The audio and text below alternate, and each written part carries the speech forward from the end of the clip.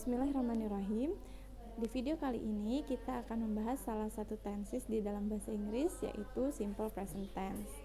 Nah, kalau kita lihat di tabel English tenses, ada dua kategori atau dua elemen yang menentukan tenses, yaitu elemen waktu, ada past, present, future, ada juga elemen bentuk kalimatnya, ada yang simple, continuous, perfect, dan perfect continuous.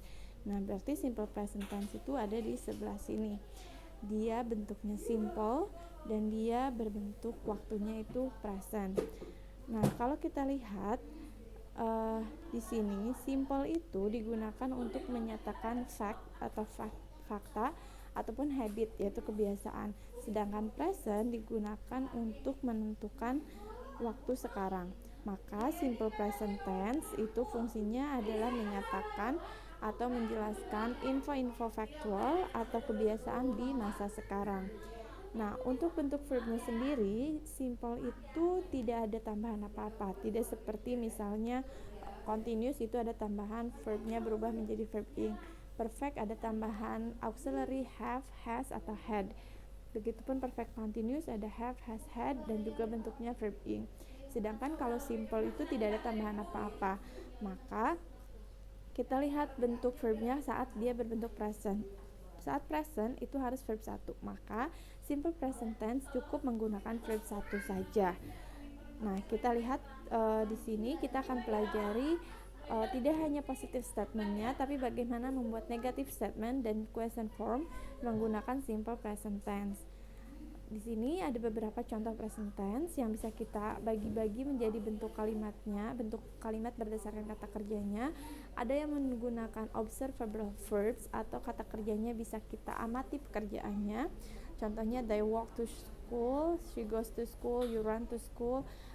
Berjalan, pergi, dan juga berlari itu bisa terlihat dilakukannya pekerjaannya. Ada juga kalimat dengan unobservable verbs, yaitu kata kerja yang tidak bisa terlihat pekerjaannya, seperti we think of some problems, he loves reading fiction books, I remember our sweet memories.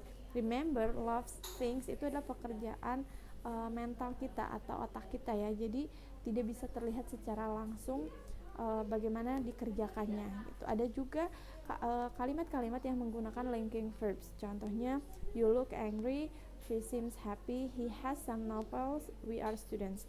Nah, ini verb-verb ini adalah verb linking verbs yang mana mengaitkan subjek dengan kata keterangan yang datang setelahnya, seperti angry, happy, novel, students gitu ya.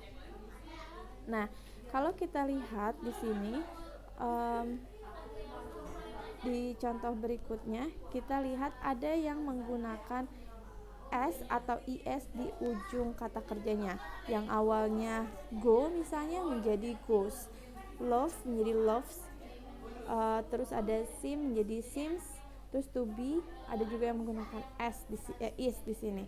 Nah, kalau kita lihat subjeknya, ini menggunakan she, ini menggunakan he, ini menggunakan she, the library atau it ya.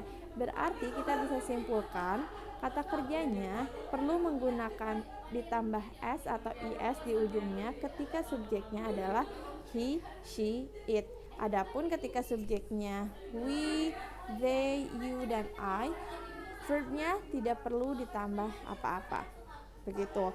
Nah, bagaimana dengan kalimat negatifnya? Kita lihat di video berikutnya.